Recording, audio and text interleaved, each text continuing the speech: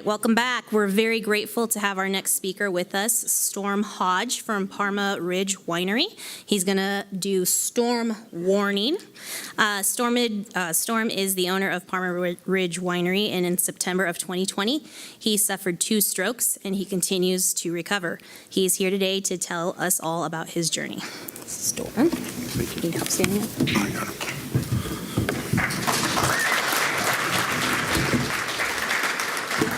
You haven't heard me speak yet, you know. All right, so yeah, they kind of gave it away. It's storm warning, very clever, huh? So I'm here to talk about what's called a vertebral artery dissection. So we all have 2 vertebral arteries that run below your spine, down on your back. They're inoperable if something happens to them, and they supply your brain and your spine with oxygen-rich blood. A dissection forms when there's a tear in one or more of the 3 layers, and you are at risk of life-threatening complications. Some things that cause these dissections: car accidents, chiropractic adjustment or deep tissue neck massage, blowing your nose too hard, beware, practicing yoga where hyperextension of your neck occurs, painting a ceiling with your neck in an extended position for a long time. My neurologist also said people who hang lights for a living or people that do jackhammering are susceptible to a VSD, or vertebral artery dissection, VAD, sorry. Sneezing, vomiting, wrestling, heavy weightlifting, that's got me, or any other causes of neck injury can cause a dissection. So what happened? I got to go back a little bit of time. So she mentioned it was in September of 2020, and I basically had 3 jobs. I'm a chef, so I worked the tasting room constantly. I'm out there all the time. I'm a winemaker and a grape grower, so I was quite busy. Had 3 jobs. And I needed a little bit of help, and I had an assistant, and he quit, so I needed someone else. I hired this young man, very fortunate to find him, and he was fantastic. He'd working in the winery before, and so if I asked him to do something, he would just go do it. It was really cool. Well, it was like on a Tuesday, I think like September 1st, and we were racking reds. When you rack reds, you have to pull the stack out, and I do triple stacks. I don't go any higher. I'm not that brave. And you pull the stack out, you get the forklift, you unstack it, suck the wine out. We'd run labs on it, adjust it, clean the barrels, put it back, etc. So this young kid was out with cleaning barrels with the whirlybird. What's a barrel wand? I call it the whirlybird. And I was going to pull out the next stack. So I got the forklift, I got the pallet jack, and I pumped it up and was pulling on it, and it didn't move. And I'd done this 1,000 times. And the thing would not move, and so I let it down, put it back up, pulled on it, nothing. And I'm like, what the heck? And I didn't want to ask for help. I'm way too prideful for that. And I didn't want the young kid to think the old guy couldn't do it. And so I just reefed on that sucker, and boy, I got it to move eventually. And I felt something funny in the back of my neck. It didn't hurt. It wasn't like a pulled muscle. Have you ever had the heebie-jeebies? You just get that weird. It was like that. It just had this weird feeling. I went on. We, kept on racking reds and putting back. I worked that weekend, worked the next weekend. And I think it was on September 14th where I was a guest chef at Taste of Idaho. I had my 54th birthday on Sunday. On a Monday, I was a little slow. I had to make a gallon of fresh chimichurri, which I did. On Tuesday, we went to the Taste of Idaho. And we also poured wine at the event. I helped cook like 60 tri-tip. We poured wine, and I'm packing cases of wine around stuff. No big deal. We go home that night. And in our bedroom, we have a TV and a little recliner. My wife was in bed watching probably a rom-com, and I was in the recliner on my iPad. Everything was fine, It's like 11 o'clock at night. All of a sudden, I'm sitting there, and I'm not kidding you. I'm not exaggerating. It sounded like a freight train was coming through our bedroom wall, or a semi with a horn blaring. It was just the loudest noise I've ever heard. And I looked over the wall at my wife, and she's not doing anything. She's not reacting. I'm like, well, this is not good. All of a sudden, it was like a wand went over me. It started at the top, my right side, top of my head. It just went down all the way to my feet, and everything went limp. Came up the left side, it went limp. And then it went down my right side again and started coming up the left side and stopped at my foot. And I just was limp, and I couldn't talk. Then I got extremely nauseated and dizzy, and thank goodness I had a garbage can close because I filled it up. And my wife's like, are you okay? And I'm like, I said, I don't know, but I probably came out more like, blah, blah, blah, blah, blah. I mean, I couldn't talk. And so then my mother, who lives with me, my wife went and got my mother. They were looking at me. None of us knew what was happening, including me. They're like, well, why don't we let you rest for a couple hours and see what happens? I'm like, all right. And I just laid in this chair because I couldn't move. I couldn't get to the bathroom. I couldn't do anything. A couple hours later, wake up. I slept a little bit. Wake up, and they're like, is it improved? And I'm like, no. And so they're like, well, let's take you to the hospital. Can you get in the car? And I'm like, there's no way I can get in this car.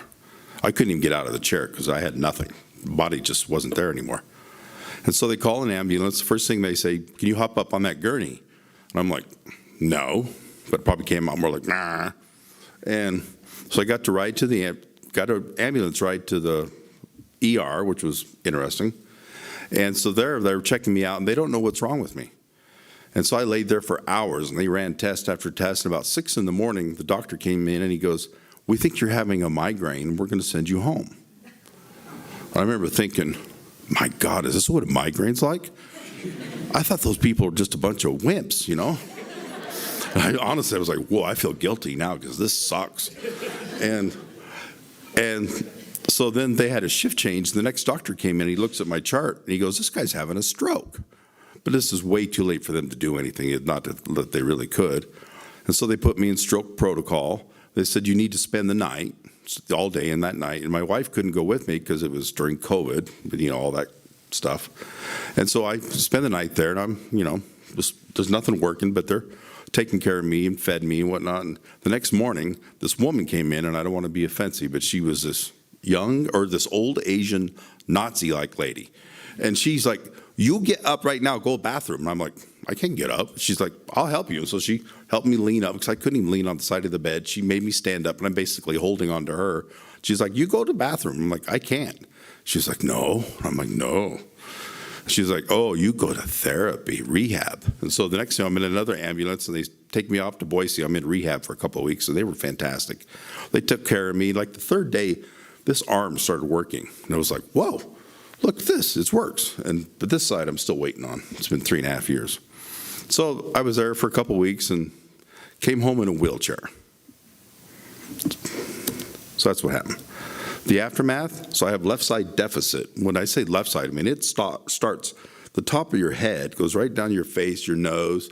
This whole left side, it looks like weakness, but it's just not there. You go to use it, and you don't know what it's going to do. It's just not connected to my brain anymore, which is not very fun.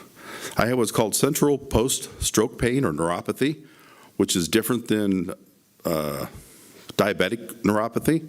And so on the top of my head, down the side of my face, back of my arm, down my side, down the back of my leg, all around my knee, my lower leg, especially in my foot and my toes, and on my left foot toes, I have this constant severe burning pain. And I've tried every drug, every cream, everything you can imagine, and nothing will help it. It's just always there. Like right now, my right foot is on fire. I think if most people felt what I'm feeling right now, they would probably run, look for water.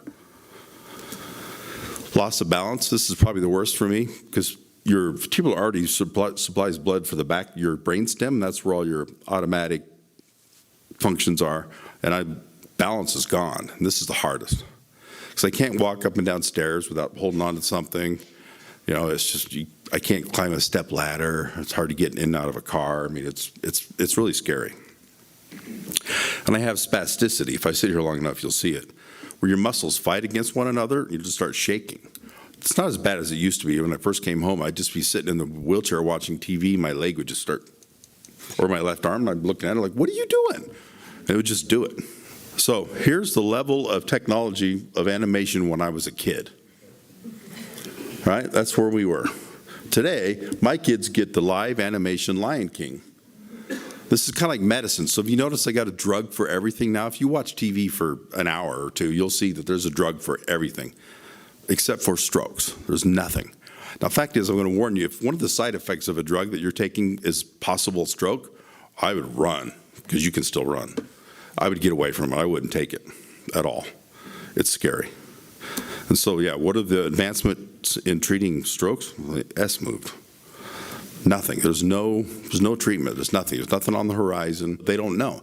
You just hope that after a while your brain will grow new wiring. And, the last thing I want to end with here is in sickness and health. How many of you are married? Yeah, a good deal of you. How many of you want to be married? Much of you too.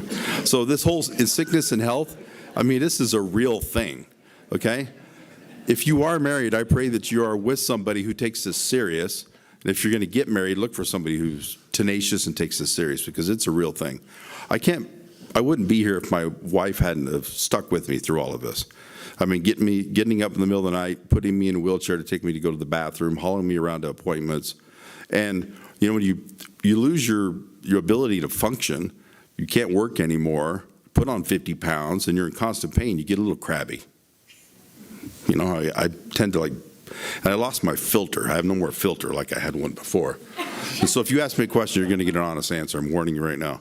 And so, but she's dealt with that, put up with me, and it's amazing. And so I just want you all to think that are married, who want to be married, that's a real thing that could happen. All right, that's all I got. Thanks, guys.